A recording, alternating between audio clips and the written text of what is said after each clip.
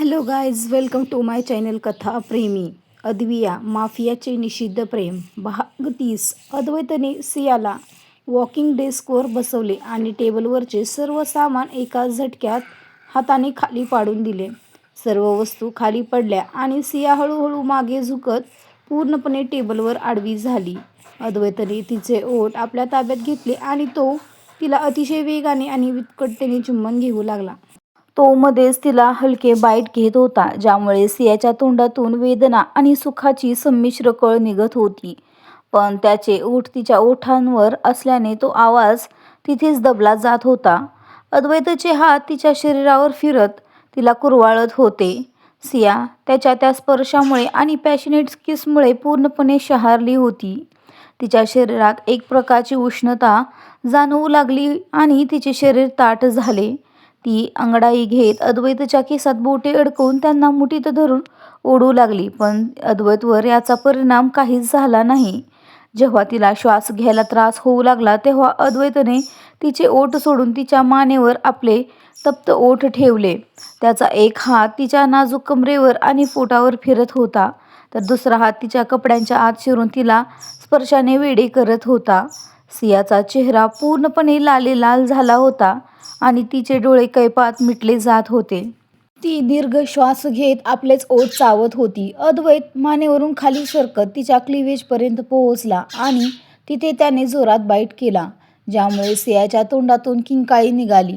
Advait, please bite करू नका, ती अडकळत आणि जड श्वासात म्हणाली. तिचा तो आवाज ऐकून अद्वैतच्या हृदयाचे ठोके वाढले आणि तो आणखीनच वेडा झाला. त्याने तिच्या कुर्तीची दोरी सोडून ती खांद्यावरून खाली सरकवली. तिच्या गोऱ्या आणि डागविरहित खांद्याचे मुके घेत तो पुटपुटला, तुझा सुगंध अजूनही खूप छान आहे. तू खूप गोड आणि डिलिशियस आहे. सियाने लाजेने डोळे मिटले. अद्वैतने तिची कुर्ती वर करून तिचे पूर्ण अंग आपल्या स्पर्शाने न्हाऊ घातले. सिया जोरजोरात सुस्कारे सोडू लागली. अद्वैतचे प्रेम इतके तीव्र होते की सियाला काहीच सुचत नव्हते. त्याने तिचे कपडे दूर केले आणि सियाची जणू शुद्धच हरपत होती.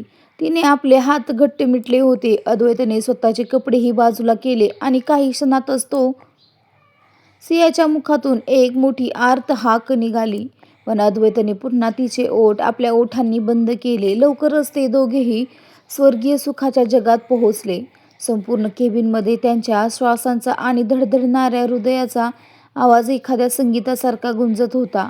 एसी चालू असूनही केबिनमधील वातावरण अतिशय गरम झाले होते आणि दोघेही एकमेकांच्या प्रेमात न्हाऊन निघाले होते.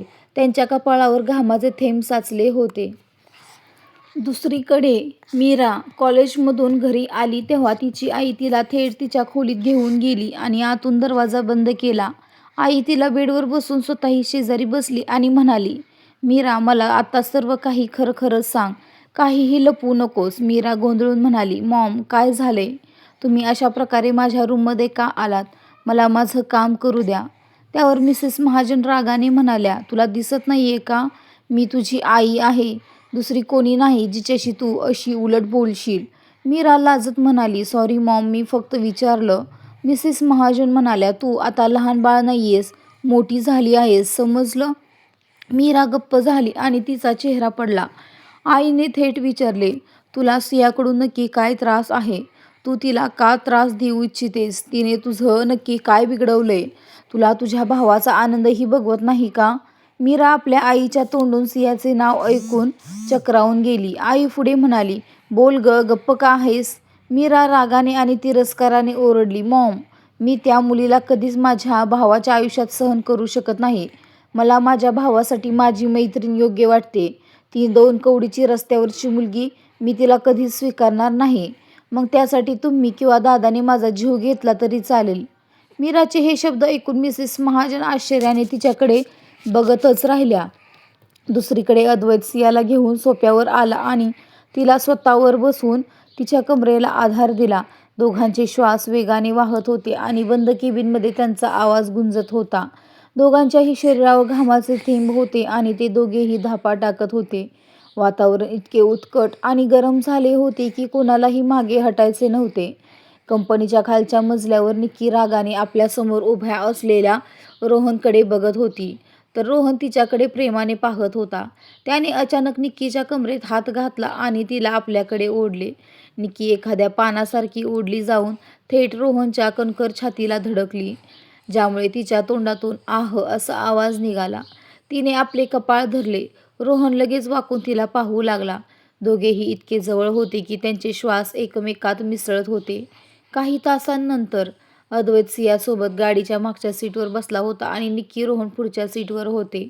थोड्या वेळाने त्यांची गाडी सिटी हॉस्पिटलसमोर थांबली. खरं तर सियाची तब्येत पुन्हा बिघडली होती, म्हणून अद्वैत तिला घेऊन थेट हॉस्पिटलमध्येच आला होता. त्याला कोणताही धोका पत्करायचा नव्हता. अद्वैतच्या आयुष्यात सिया आल्यापासून सतत काही ना काही घडत होते आणि त्यांना वारंवार हॉस्पिटलच्या फेऱ्याच माराव्या लागत होत्या. रोहनने गाडीचा दरवाजा उघडला. अद्वैत बाहेर आला आणि त्याने दुसऱ्या बाजूला जाऊन सियासाठी दरवाजा उघडला आणि आपला हात तिच्यासमोर केला. सियाने लगेच त्याचा हात धरला आणि ती बाहेर आली. निक्कीने जवळ येत विचारले, "चलायचं का?" सियाने होकार दिला आणि सर्वजण आत गेले. काही वेळाने ते लेडी डॉक्टरच्या केबिनमध्ये होते. डॉक्टरने सियाची विचारपूस केली आणि काही टेस्ट करायला सांगितल्या.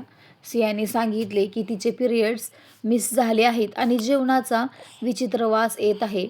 डॉक्टरांना काहीतरी अंदाज आला होता, पण त्या पूर्ण खात्रीशीर नव्हत्या, कारण कधीकधी अशक्तपणामुळेही असे होते. त्यामुळे त्यांना ब्लड टेस्ट करायला सांगितली. सुमारे 20 मिनिटांनंतर डॉक्टर हातात रिपोर्ट घेऊन आल्या आणि हसून म्हणाल्या, "मिस्टर अँड मिसेस महाजन, अभिनंदन, तुम्ही आई बाबा होणार आहात." अद्वैतने डोळे बारीक करून विचारले, "डॉक्टर, माझ्या बायकोला नक्की काय झाले?" त्याला डॉक्टरचे बोलणे नीट समजलेच नव्हते, पण सियाचे डोळे मोठे झाले. तिला स्वतःच्या कानावर विश्वासच बसत नव्हता. डॉक्टरने अद्वैतकडे गंभीरपणे पाहिले आणि रिपोर्ट त्याच्या हातात दिला. "मिस्टर महाजन, तुमची पत्नी प्रेग्नेंट आहे."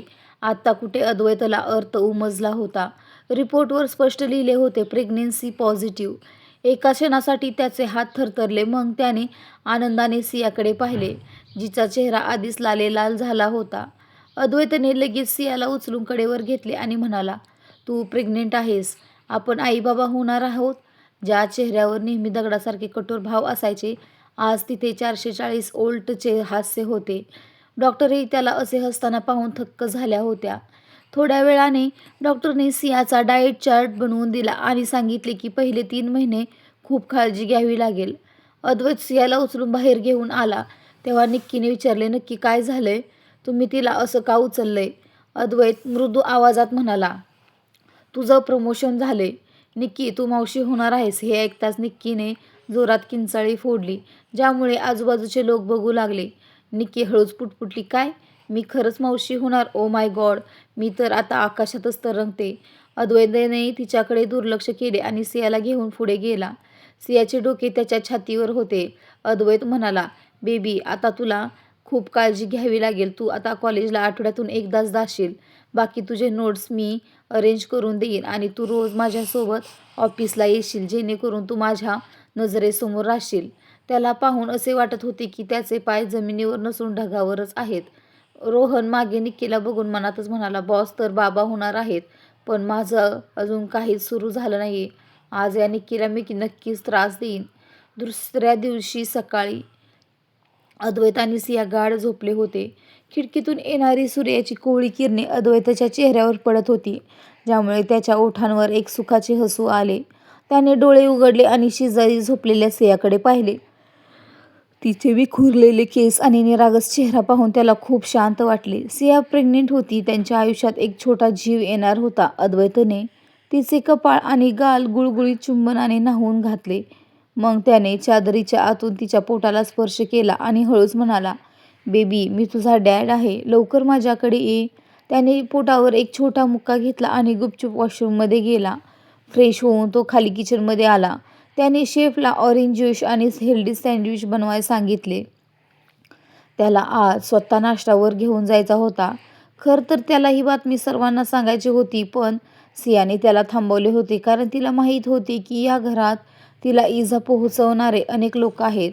शेफने ट्रे तयार केला आणि अद्वैत हलक्या पावलांनी पायऱ्या चढून वर गेला. त्याने हळूच दरवाजा उघडला. सिया अजूनही झोपलेलीच होती, पण तिची हालचाल सुरू झाली होती. अद्वैतने साईड टेबलवर ट्रे ठेवला आणि बेडच्या कडेला बसला. त्याने तिचे केस आवरले आणि अगदी हळू आवाजात म्हणाला, "गुड मॉर्निंग." सियाने डोळे उघडले. समोर अद्वैतला पाहून तिच्या चेहऱ्यावर एक सुरक्षित आणि गोड स्मित हास्य आले. अद्वैतने हसून प्रेमाने म्हटले, "तू फक्त आता आराम करायचा आणि आपला बेबी पण." त्याने आपला हात हळूच तिच्यावर पोटावर ठेवला. सियाचे डोळे आनंदाश्रूंनी भरून आले, पण ओठांवर एक गोड हसू होते. ती हळूच म्हणाली, "मिस्टर महाजन, कधी कधी भीती वाटते की कोणी आपल्याकडून हा आनंद हिरावून तर घेणार नाही ना?" हे ऐकताच अद्वैतचा चेहरा क्षणार्धात कठोर झाला, पण त्याच्या आवाजात पूर्ण विश्वास होता. त्याने तिचे कपाळ आपल्या कपाळाला टेकवत म्हटले, "जोपर्यंत मी जिवंत आहे तोपर्यंत तुला किंवा आपल्या बाळाला कोणी स्पर्श करू शकणार नाही. या घरातील प्रत्येक व्यक्ती आणि प्रत्येक हालचाल माझ्या नजरेत आहे." त्याने ज्यूसचा ग्लास उचलला आणि सियासमोर धरला. "आधी हे पी." तो प्रेमाने म्हणाला, "तुझा प्रत्येक श्वास आता माझ्यासाठी सर्वात जास्त महत्त्वाचा आहे." सियाने ज्यूसचा ग्लास हातात घेतला तेव्हा तिची बोटे अद्वैतच्या बोटांना स्पर्शली. त्या छोट्याशा स्पर्शात दोघांनीही एकमेकांना न बोलता एकवचन दिले की येणारे हे बाळ केवळ त्यांचा आनंदच नाही, तर त्यांच्या आयुष्यातील सर्वात मोठी लढाई देखील असणार आहे. सियाने ज्यूसचा एक घोट घेतला आणि म्हणाली, "मिस्टर महाजन, तुम्ही इतकी काळजी करू नका. तुम्ही सर्व काही ठीक होईल." अद्वैतने तिचे केस थोपटले आणि म्हटले, "ठीक आहे, तू ज्यूस संपव. बघ, मी तुझे आवडते सँडविच बनवून आणले आहेत." सियाने सँडविच पाहिले आणि खोडकरपणे हसून म्हणाली, "काय सांगावं, आज तर तुम्हाला माझ्यावर खूपच प्रेम येतंय." अद्वैतने तिच्या हातातील ज्यूसचा ग्लास बाजूला ठेवला आणि तिला आपल्या मांडीवर बसवून तिचे खांदे कुरवाळले आणि तो म्हणाला, "आता काय करू, माझी ही बेबी आधीच खूप निरागस आणि लहान आहे. त्यात आता तिच्या पोटात अजून एक छोटा बेबी येणार आहे. मग प्रेम तर येणारच ना." अद्वैतचे ते बोलणे ऐकून सिया खळखळून हसली. ती त्याच्या केसात बोटे फिरवत म्हणाली, "अद्वैत, तुम्ही माझ्याशी फ्लर्ट करत आहात का?" अद्वैतने तिच्या मानेवर हलके चुंबन घेतले आणि म्हटले, "मग कोणाशी करू? माझी बायको तू आहेस आणि आता माझ्या बाळाची मम्मा पण तूच आहेस. मग फ्लर्ट करायला दुसरीकडे कुठे जाणार?" सियाचा चेहरा लाजेने लाल झाला आणि तिने नजर खाली झुकवली. अद्वैतच्या चेहऱ्यावरही एक गोड हसू आले आणि तो तिला पुन्हा पुन्हा चिमू लागला, ज्यामुळे सियाच्या तोंडातून आनंदाचा सुस्कारा निघत होता. इतक्यात कोणाचे तरी लक्ष त्यांच्याकडे गेले आणि दरवाजावर आवाज आला, ठक ठक ठक ठक. दोघांचेही लक्ष दरवाजाकडे गेले. अद्वैत सियाला ब्रेकफास्ट भरवत असतानाच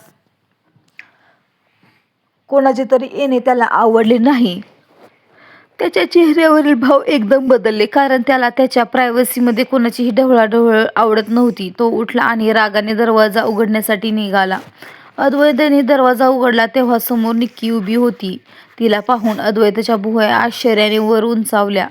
तो तिला विचारणारच होता की तू इतक्या पहाटे इथे काय करतेस, पण तिच्या चेहऱ्यावरील भाव पाहून तो थांबला. निक्की घाईघाईत म्हणाली, "मिस्टर महाजन, मला आत्ताच्या आत्ता घरी जावं लागेल. माझ्या आईची तब्येत अचानक बिघडली आहे. तुम्ही सियाला सांगून द्या, ओके?" तिचं बोलणं ऐकून अद्वैत गंभीर आवाजात म्हणाला, "ठीक आहे, पण तू एकटी जाणार नाहीस. रोहन तुला सोडून येईल." निक्कीची इच्छा तर अजिबातच नव्हती, पण तिला घरी पोहोचण्यासाठी घाई होती, म्हणून तिने नकारार्थी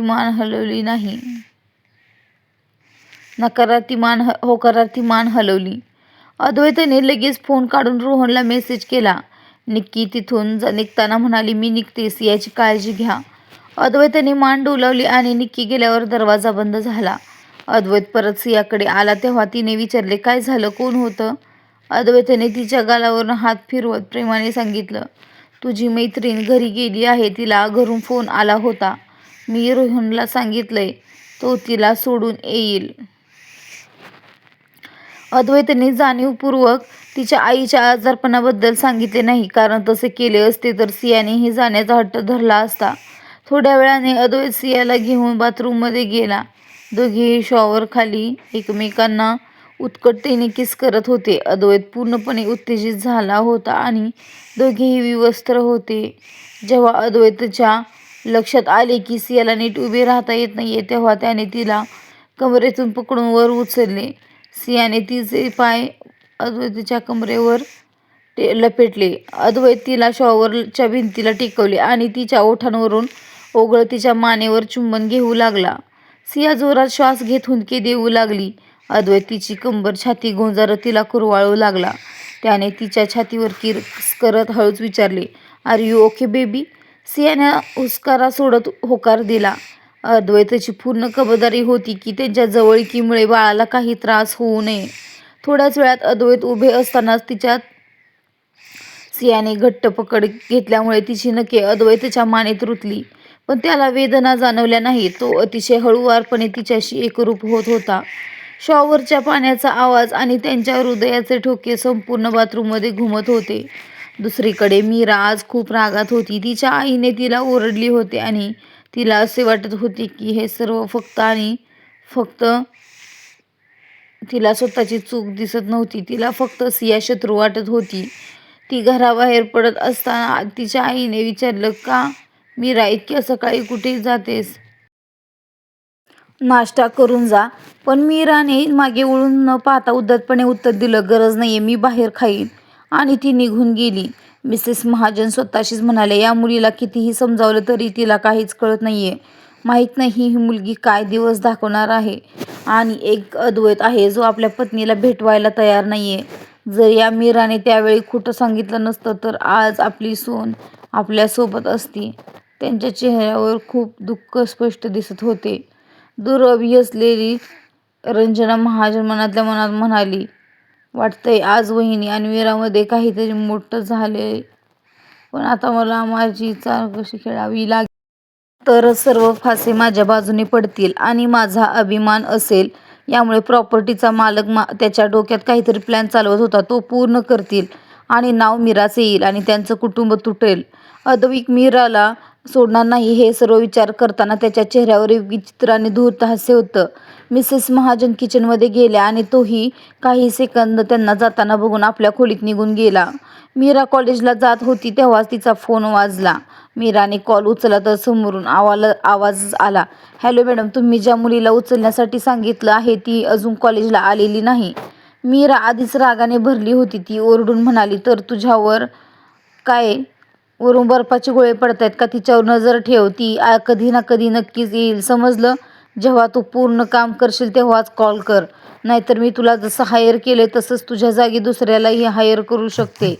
आणि रागात तिने कॉल कट करून ती ऑटोमध्ये बसून निघून गेली. सुमारे 1 तासानंतर अद्वैतने सियाला एका पांढऱ्या टॉवेलमध्ये गुंडाळलं होतं आणि स्वतःभोवती एक टॉवेल गुंडाळला होता. ती खूप थकलेली होती. अद्वैतने तिला बेडवर बसवलं आणि म्हणाला, "बेबी, तू इथेच बस, मी आत्ता आलो." सिया गप्प बसून राहिली. अद्वैतने तिला ब्लँकेटने कव्हर केले आणि स्वतः क्लोजेटमध्ये गेला. थोड्या वेळाने तो पूर्णपणे तयार झाला. त्याने ब्राऊन रंगाचा सूट घातला होता. तो सियासाठी सुद्धा एक ओव्हरसाइज टी-शर्ट आणि पायजमा घेऊन आला. तिला उचलून त्याने ड्रेसिंग टेबल समोर बसवलं आणि ड्रायर घेऊन तिचे केस हळूवारपणे, तिला त्रास न देता सुकवू लागला. तो आपल्या लांब बोटांनी तिचा एक एक केस पकडून सुकवत होता आणि ती डोळे मिटून बसली होती. थोड्या वेळाने त्याने सियाला व्यवस्थित तयार करून बेडवर झोपवलं आणि तिच्या कपाळावर किस करून म्हणाला, "बेबी, तू विश्रांती घे. मी तुझ्यासाठी दूध घेऊन येतो." तिला चादर ओढून देऊन तो खोलीबाहेर गेला. रोहनची गाडी निक्कीच्या सोसायटी बाहेर थांबली. निक्की दरवाजा उघडून बाहेर पडणारच होती की रोहनने तिचा हात पकडला. निक्कीने गोंधळून पाहिलं तर रोहन तिच्याकडे झुकला आणि तिच्या डोळ्यात पाहत म्हणाला, "तू परत कधी भेटशील आणि मला गुड बाय किस न देता चालली आहेस?" रोहनला आपल्याकडे झुकताना बघून निक्कीच्या हृदयाची धडधड वाढली. तिचा श्वास वर खाली होऊ लागला. ती सीटवर मागे सरकली आणि अडकळत म्हणाली, "बघ, माझ्या जवळ येऊ नकोस आणि तसंही हे तुझं घर नाहीये, माझी सोसायटी आहे. कोणी मला तुझ्या इतक्या जवळ पाहिलं तर चर्चा होईल. मला नकोय की माझ्यावर किंवा माझ्या पालकांवर कोणी बोट उचलावं, समजलं? तर माझ्यापासून लांब राहा." ती कठोरपणे बोलत होती पण तिची जीभ अडकळत होती, जे रोहनला स्पष्ट जाणवत होतं. रोहन तिच्या चेहऱ्याच्या इतक्या जवळ आला की निक्कीला त्याचे गरम श्वास आपल्या चेहऱ्यावर जाणवू लागले. तिने घाबरून आपले कपडे मुठीत घट्ट आवळले आणि डोळे मिटून घेतले. तिच्या कपाळावर थंड घाम जमा झाला होता आणि चेहरा लाल झाला होता. रोहनने जेव्हा तिची घाबरलेली अवस्था पाहिली तेव्हा तो मध्येच थांबला. काही क्षण त्याने तिला जवळून पाहिलं आणि मग हळूच तिच्या कपाळावर ओठ टेकवले. निक्कीच्या हृदयाचे ठोके इतके वेगवान झाले होते की रोहनलाही ते ऐकू येत होते. काही क्षणानंतर तो मागे सरकला आणि आपल्या सीटवर बसला.